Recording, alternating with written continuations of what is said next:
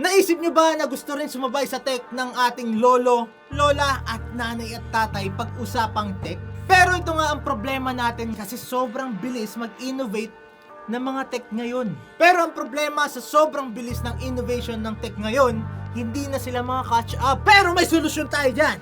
Ito ang Kyocera Basio 3. Idinisenyo ito para mas mapadali ang paggamit ng smartphone ng loved ones nyo.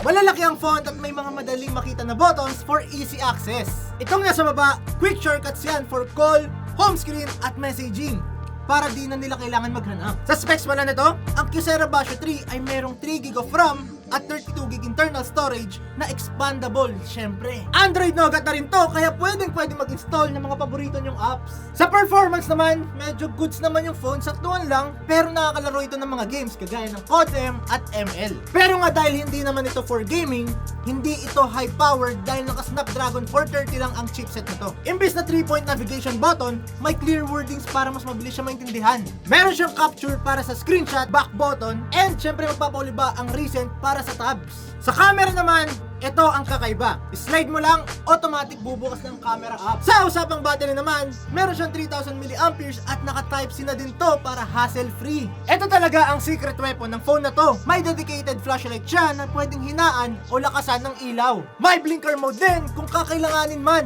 And ito yung pinaka nagustuhan ko. Pwede rin siyang lagyan ng lanyard para hindi mo makalimutan kung nasaan ang phone mo. Sabit mo lang and ready to go. Ito ang Kyocera Basio 3. Tag mo na kung sino ang may kailangan nito. Malay mo yung friend mo, yung lola mo, yung lola mo. Pasok na pasok to para sa kanila.